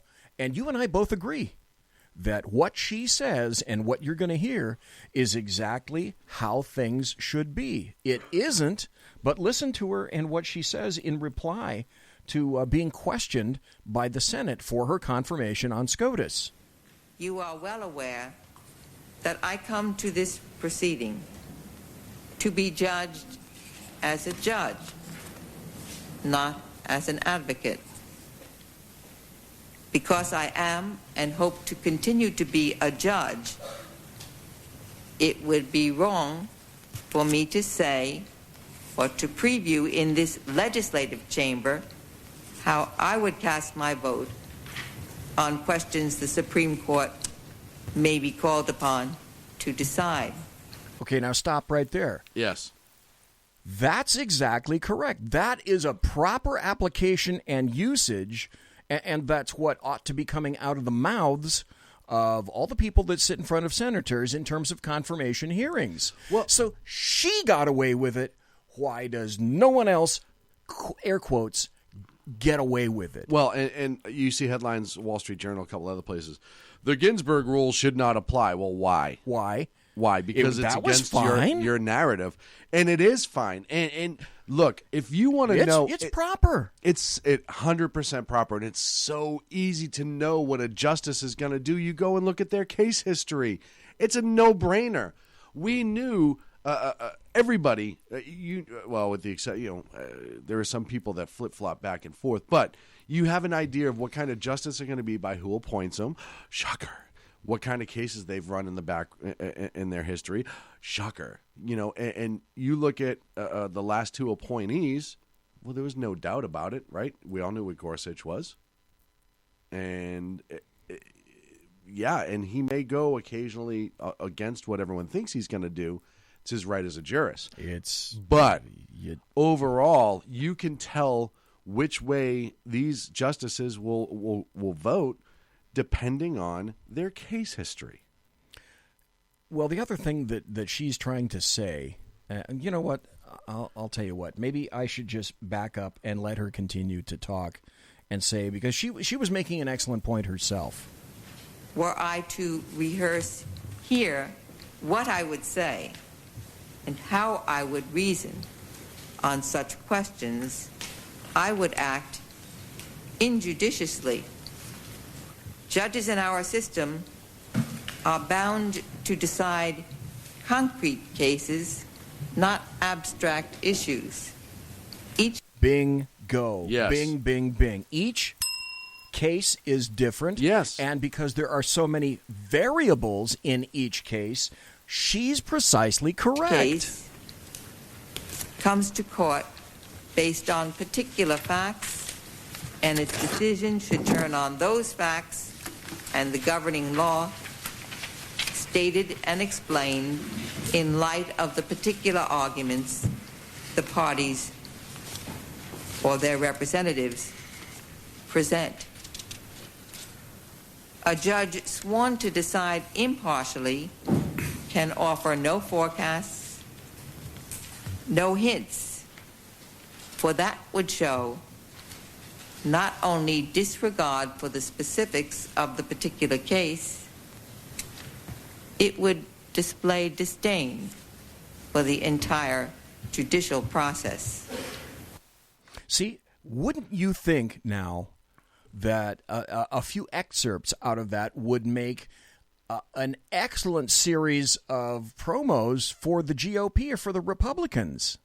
This is good enough for Ruth Bader Ginsburg. This is the standard to which she was held. Why is it that no one else, particularly with regard to perceived or actual conservatives, why are they not held to the identical standard? The answer is we know why. Politics. It's politics and fucking it's kabuki theater. It is kabuki theater. And look, I'm looking at Town Hall right now. One could argue that notorious Ruth Bader Ginsburg totally screwed over liberals on SCOTUS. Yes, twice, actually, because not only the Ginsburg rule right now that's going to come back and screw liberals, but she did not strategically retire under Obama and allow the appointment. Because Obama appointed two, right? Sotomayor and Kagan. Elena Kagan. Both younger jurists are probably going to have the next 20 years on there. Sure. You look and that's what you want. Right. And Ginsburg was, 80 at the time when Obama was still in office? Yeah. Could have easily retired and given that seat for the next 20 years, but chose not to. And now what's going to happen is she's most likely going to retire under the Trump administration. You want to hear something that, God, I wish... She's, 85 right now, 84? Yeah, she's in her 80s. Here's something... God, who said this? There was somebody, it was a law professor, but it wasn't Dershowitz, who said that in their opinion, and I've said this and I will continue to say it, Trump, I believe, before the end of his first term, is going to have the ability to make three appointments. Amy Coney Barrett's going to be the next one. Yep, she is, guaranteed. Especially if this guy goes through, and I think he will. I say 55, you say 60. I say 60. So we'll remember that. But the other aspect of that is this individual was saying, you know what, before 2020, I think he's going to get 4 opportunities. If 7-3, Donald John Trump, the guy with the dead orange cat on his head, gets to come in and make 4 nominations for SCOTUS. You're looking at 7-3 solid. To let's see, to George Will and to Bill Kristol and all the rest of the Never Trumpers, and I've lost friends who were Never Trumpers who call me crazy. I only have 2 words for all of you. Fuck you. Yeah. Well, and BZ, how long did we talk about going into that election? The most important thing about not electing Hillary Clinton was the Supreme Court. We looked at ages. We looked at retirement. Yep. Scalia was unexpected because of his untimely passing. So it was crucial as a conservative, putting on my political hat versus my jurist hat or my legal hat. It was critical to have somebody who was more in line with conservative values. He's going to get 3. There's no doubt. He could get 4. I believe that. But if it's another, we got to go to a break, and I'm going to throw this out as the finally. It's another if-then equation. Yes. If what then? President Trump does get a 3rd, and we're seeing this kind of civil unrest now, what'll happen? And he gets a 3rd. And then what's the potentiality for a 4th? Yep. If you think this nation is upside down right now, you give a 3rd and a 4th vacancy to President Trump and see what happens then. Holy crap. Conservative media done The world's on fire! You're listening to the SHR Media Network. Hey, it's Sean from the Sack Heads Radio Show. Also one of the owners here at the SHR Media Network. Are you opinionated? Have you ever wanted to do your own show? Have you ever heard somebody like the Sack Heads and go, yeah, I could probably do that better? Well, now's your chance. Send me a 5-minute clip at sackheadsradio@gmail.com, and maybe you can be part of the SHR broadcasting team. sackheadsradio@gmail.com.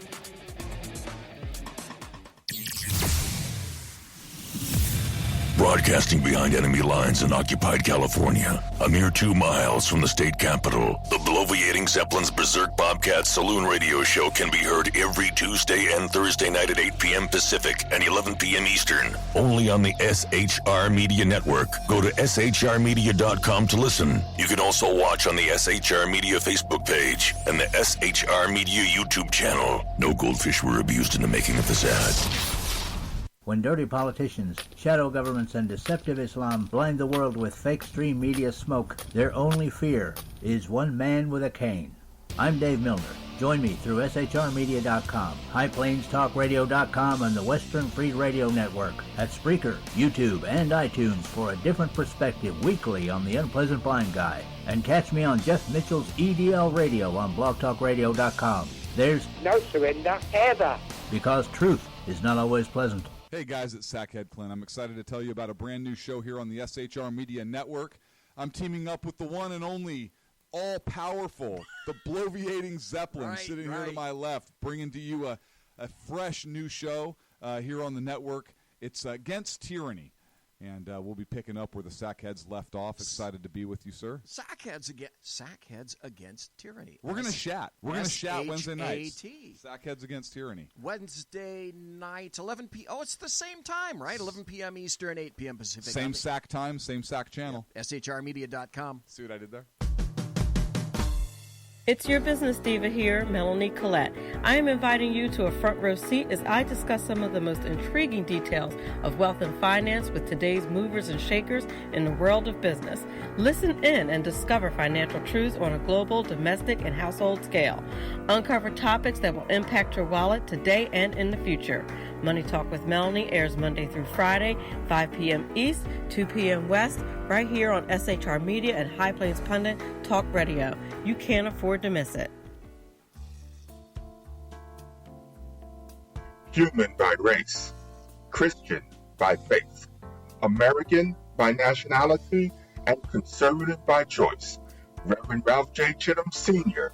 is the right guy on SHR Media from 8:05 to 9 p.m. Monday through Friday. And if on the rare occasion I am ever wrong, I will still always be right. The right guy on SHR Media. Hey, this is Michael Wright. And I'm Shannon Wright. Join us for The Right Way with Shannon and Mike, Monday through Thursday from 7 to 9 a.m. right here on SHR Media. Why are they joining us? For fun things like sports, politics. Oh, maybe some news and entertainment? And all kinds of other things. Money and recipes and events, all kinds of stuff. Yeah, so join us Monday through Thursday, 7 to 9 a.m. here on shrmedia.com. Hey, BZ. So the plan's working. You got rid of Sacco. Shaun is now stepping away. I never even saw him. And I know, and insidious. Insidious. You know, we talked about this for, for the last 3 years. And finally coming to fruition. You know I'm still in the room, right? It's almost like he's here still. Did you hear that? Yeah, it's kind of. It's amazing. It's kind of at you. It's kind of eerie. Kind of a poltergeist. Like a poltergeisty thing. Yeah, Sack Heads against tyranny.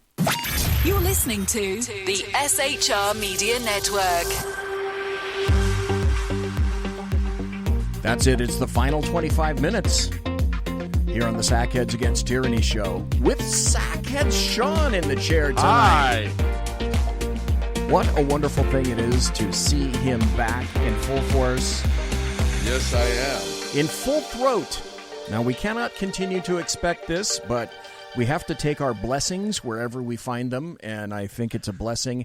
And I'm having a hell of a time. The first hour was like Sackhead's family weepy hour. It was. But we got into some really interesting things. Got a little mushy. That needed to be said, and now we're into the political thing. We spent the first half hour of the second hour basically talking about SCOTUS. And I know I had to think about that before I say it.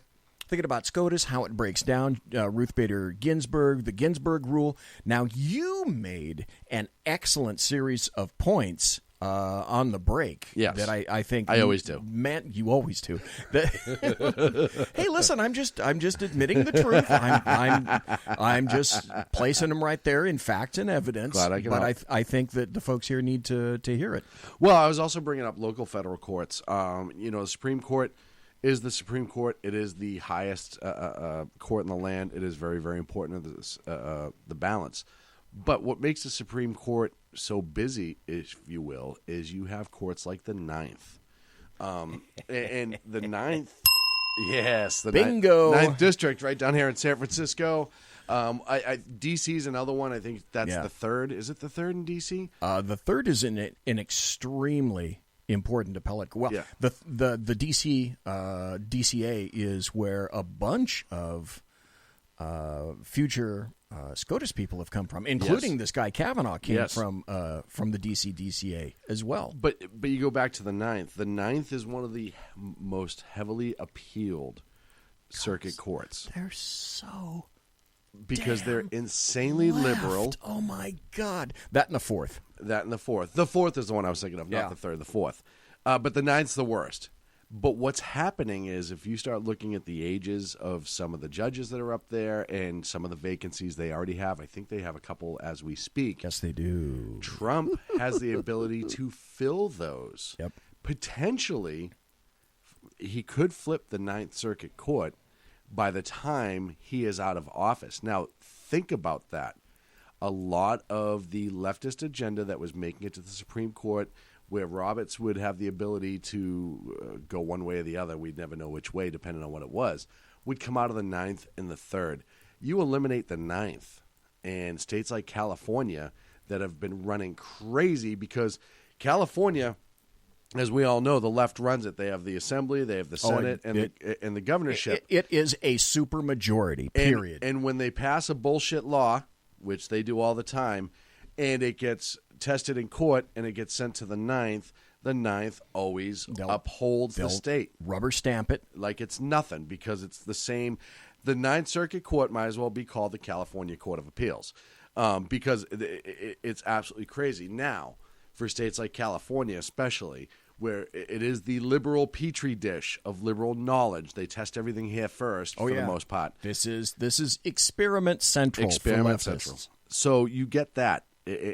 Now you change that. You start having the state of California lose cases. You start having more conservative cases being held up, or I should say cases that are more in line with the Constitution. Well, that stops a lot of the bullshit right there. That stops a ton of the bullshit right there. All these people who get mad about SCOTUS decisions, it goes away. Because there's always going to be SCOTUS decisions.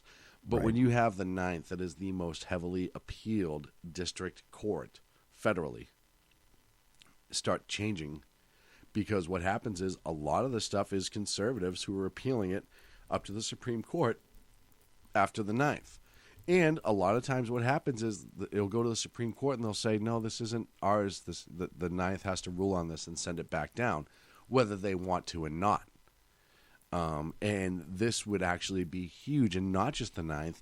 There's other districts out there there's a lot of judgeships opening right now. A lot of federal judgeships. Already Trump has had predominantly some of the greatest number of lower court judgeships and appellate court judgeships open to him to fill than many presidents in recent times. And you make an excellent point about the Ninth. You make an excellent point about the Fourth.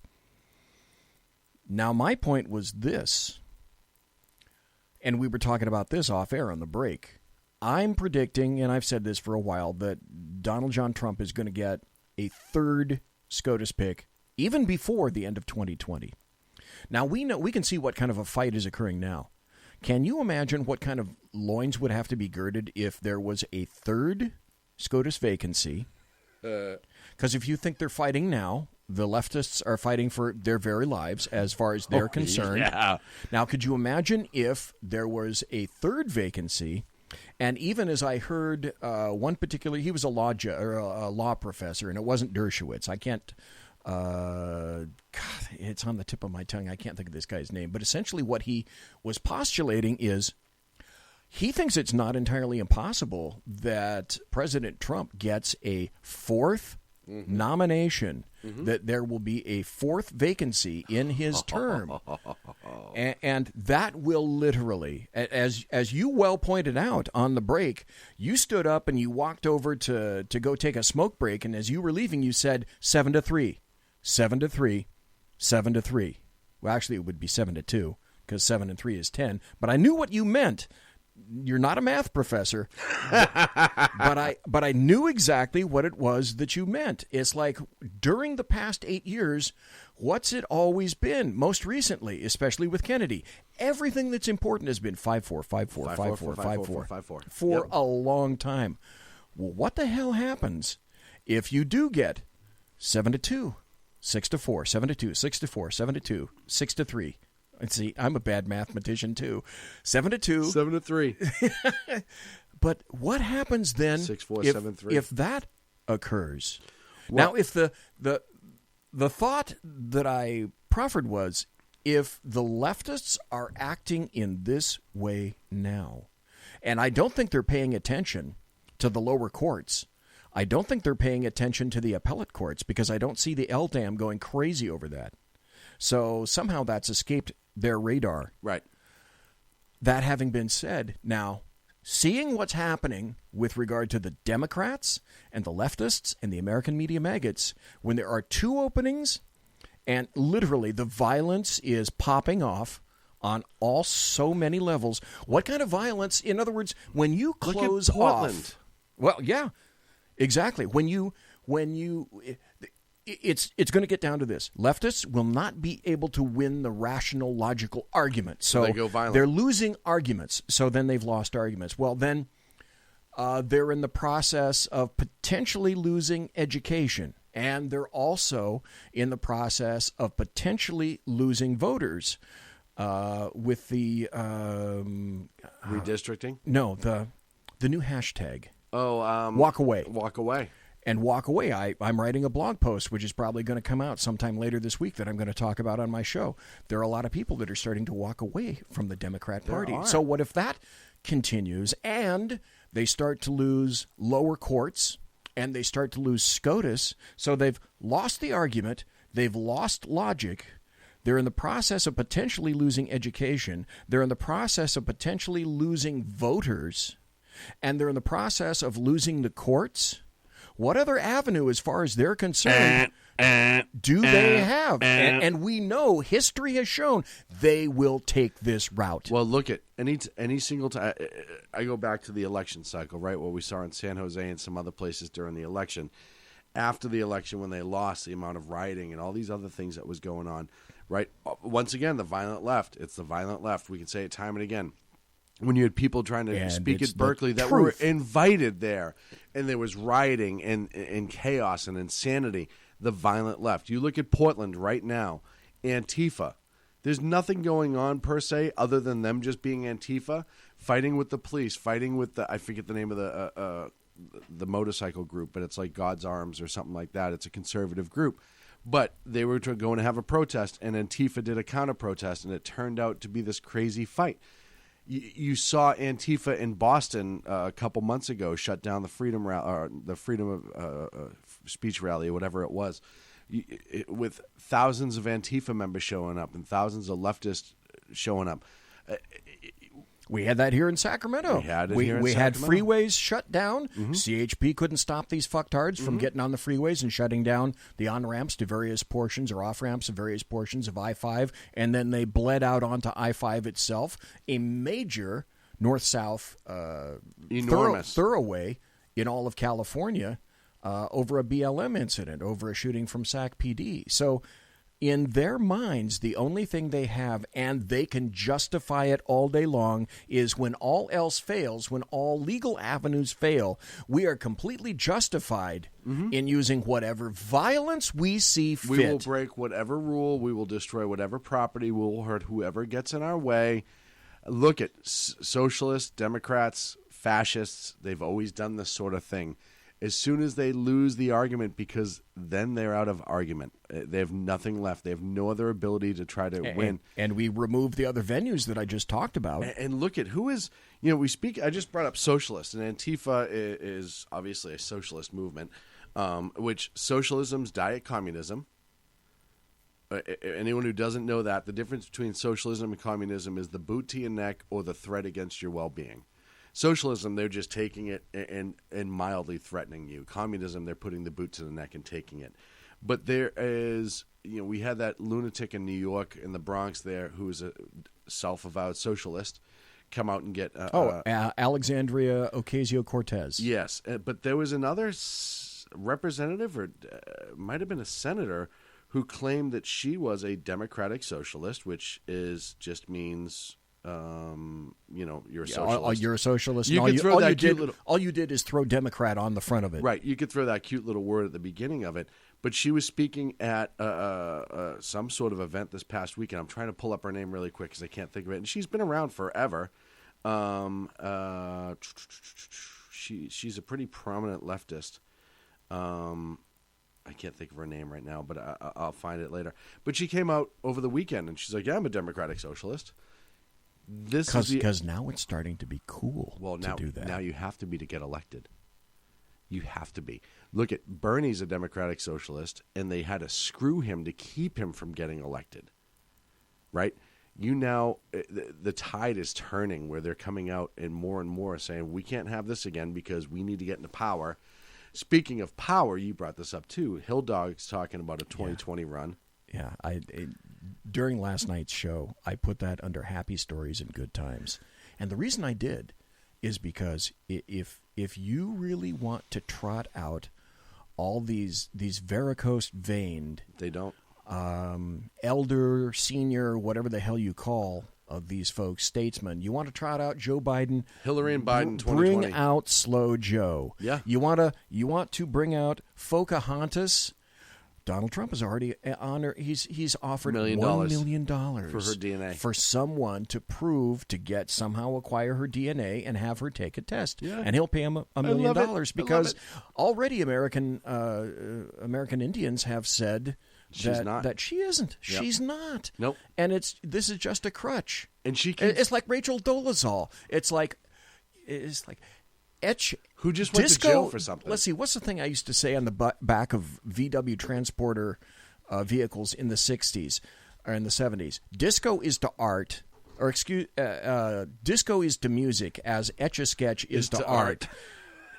And Pocahontas is to an Indian as Rachel Dolezal is to a black. Yes. By the way, that's what passes for that's just fine. Rachel Dolezal just got indicted on fraud charges, by the way. So that's good news for you. That's so sad. As did the mayor of San Juan, Puerto Rico, who was... Yeah, I did a post on that. And she was the one that was skewering the crap out of Trump when it turns out that the supplies were not getting to where they needed because, as everyone already knows, Puerto Rico is corrupt as batfuck. Yes. And as we all know, batfuck is really extremely corrupt. Extremely corrupt. So, look, the leftists are just shooting themselves in the foot more. I do agree with you.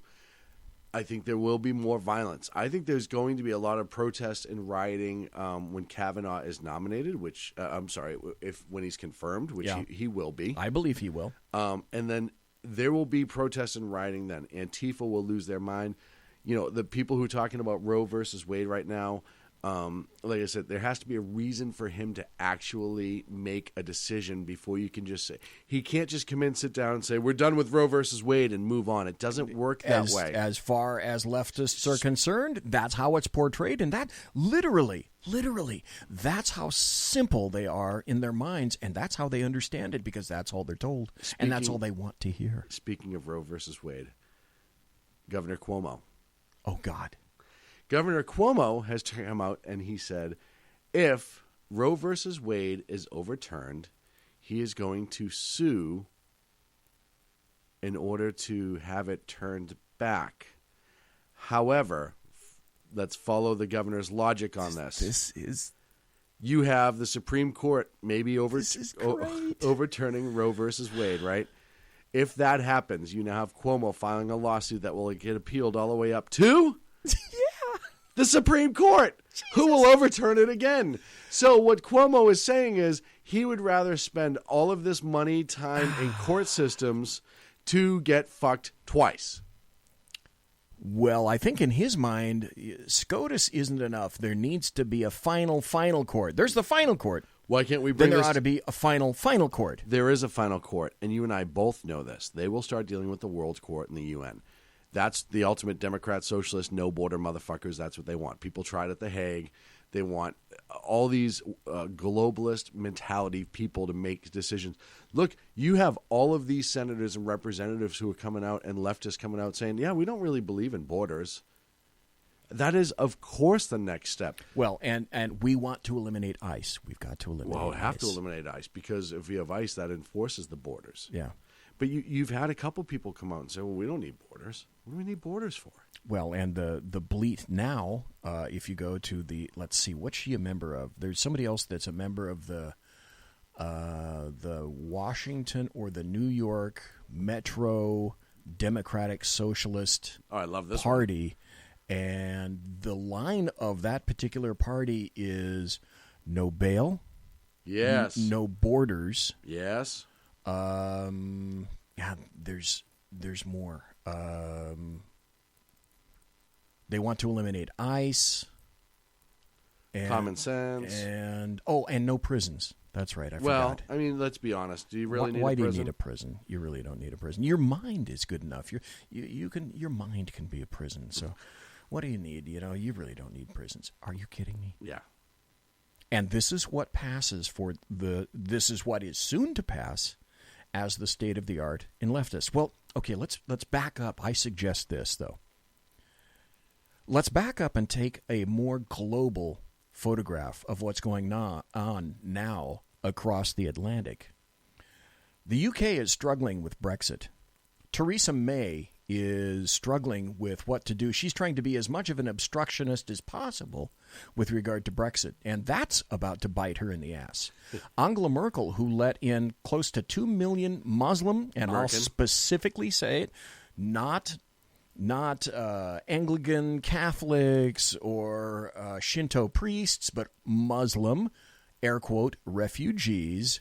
Even she's now getting pushback on that, and she's about to go. Italy is fed up. Sweden is starting to become fed up. Norway is becoming fed up. Poland has said specifically, no. Muslims, no. You know who else and said no? And you can blow it out your ass, EU. We're not taking them. You know who else said no? I do. Who? Japan. That's right. Japan says... Prime Minister Abe. To the UN, Japan said, Muslim refugees, no. You know what's funny is... so that is a beginning trend also across the pond. Well, and you talk to anybody who spent time in Europe, really spent time in Europe, not just vacation there. I know a kid who spent a couple of years stationed there recently in the Army, and he says he's seen all these refugees, and they're walking through, and guess what? They're all military-aged men. You look at young fighting-age men. You look at Paris, you look at the slums that have popped up or the ghettos that have popped up, these tent cities that are all over the place. You look at Sweden, the amount of rapes that have gone through the roof in Sweden. You look at all of these issues. I don't care who you... Islam is not here to assimilate. And let's be honest. I don't care right now. Fine, let's throw Islam. Let's just call them socialist Democrats that are invading, right? Because it is a belief versus how you're born. You could choose to be different if you wanted to. That are invading these areas, right? It doesn't matter. As the individual state, as that sovereign state, as that individual country, you have that right to say, no, this is horrible for our nation. This is destroying our nation. I understand that these people may need stuff, but we don't have the resources to keep up with it. It is destroying the fabric of our country. Laws are being broken like crazy. Our citizens are being victimized left and right. Fuck you, no. Which is really odd. I find this very interesting because there was a massive paradigm shift for Angela Merkel in 2010. Mm-hmm. I have a quote from Angela Merkel back in 2010. She said, essentially, in 2010, multiculti, which is their term for multiculturalism, isn't working, and she admitted it. Then she went hard left, opened the sluices and the floodgates, and all the rest of the nations surrounding Germany are quite exquisitely pissed at her.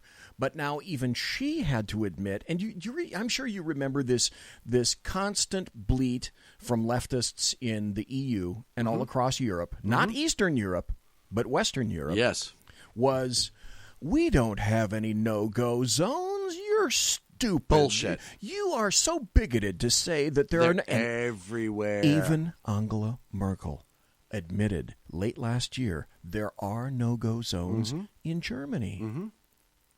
And leftists want that replicated here. They want the doors open. All I have to say, I'll be honest, it's NIMBY. Not in my backyard. It's easy for you to live in a 21st floor, $1 million a year apartment in New York City, San Francisco, and say, you know what, all these people can come in. That's just fine.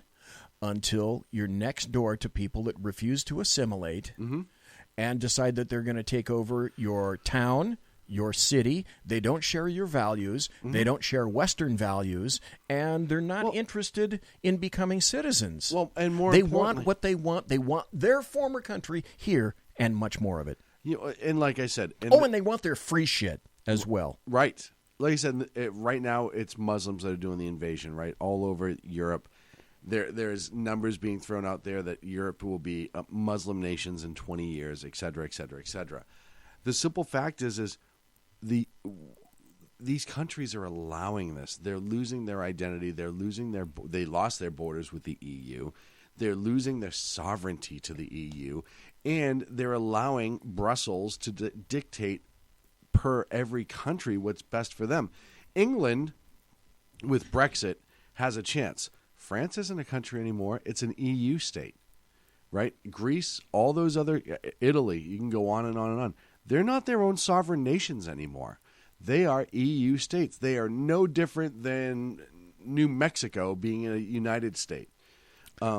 They claim to be individuals. They have their own flags. They have their own military. But the majority of the rulings that are happening in these nations are coming from the EU, who are making decisions for them, which is why Brexit occurred to begin with.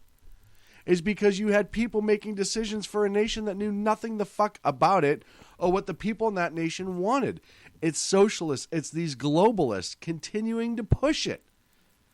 They would want, I tell you right now, you look at the constant rioting. It's not covered on the American news. Oh, no. Paris is rioting every night of the week right now. My brother, who is, let's just say he's wealthy, sold a company that he helped to create for millions of dollars. I thought you said sold a country. I was really impressed. He's not quite that powerful. But he has gone to Paris and has said that most every night in the great motels in which he occupies, he says there are barbecues every night. Yeah. And it just doesn't stop. Right. It's never And ending. he doesn't want to talk about it, and he doesn't want to think about it. And occasionally this information will get through. Not much. But when you see all these countries are shooting themselves in the head. When you see those those shithole countries that like California that Trump talked about, right? Where everything's on fire and burning. Mogadishu, Libya for years, Iraq, all of those other states, Yemen, all that. Why do you think they are that way? What here's and why do you think Paris is starting? Because Paris is the one that let them in first. Look, we've seen attacks in England, and a lot of that stuff's kind of trumped down. You just had one in Brussels where a Muslim guy got out of jail until killed 2 female police officers. You've had these attacks over and over and over, but Paris is a constant state of emergency. It is absolutely being terrorized from within via these riots. They're attacking anybody who walks down the street. It's out of control. Out of control. Without a doubt, it is. We could sit here and pontificate for quite some time, and we've had a great run. We've had a great night. We have. I would love to have you back on tomorrow night. I don't think that's going to occur. That having been said, whenever we can get you on either my show or your show, everybody misses you. Everybody wants to see you. Thank you. And it's like there's something inherent within your nature and my nature is we need this. Yeah. We need to sit behind a microphone and bitch and just kvetch. Yeah, we need to bitch and moan all we can about stuff. Hey, I want to throw a quick shout out to my family back in Boston who hosted me and the kids for the last couple weeks. It was a blast. It was so great to see so many people, and I just want to say thank you because it had been a long time since we'd been back there, and it was a wonderful trip. And with that, folks, only have this tomorrow night on BZ's Berserk Bobcat Saloon Radio Show. I'm going to have a guy on named Ralph Benko. He's the president of the Alinsky Institute. Yes, that's the Saul Alinsky Institute. I spoke to him at Freedom Fest in 2017. We didn't make it back this year. And so he is an Alinskyite. And I've got a few things that I want to talk to him. And I need to find out what his viewpoint is on Saul Alinsky. And tomorrow night, he's going to tell me. Sean, yes, thanks sir. for being here. Thank you. It has been an honor and a pleasure, and it's great to see you. You're going to be back again. The sad thing is we just don't know when. Soon. So, folks, God bless. Take care. Come back tomorrow night for Bloviating Zeppelin's Berserk Bobcat Saloon Radio Show. God bless. See ya.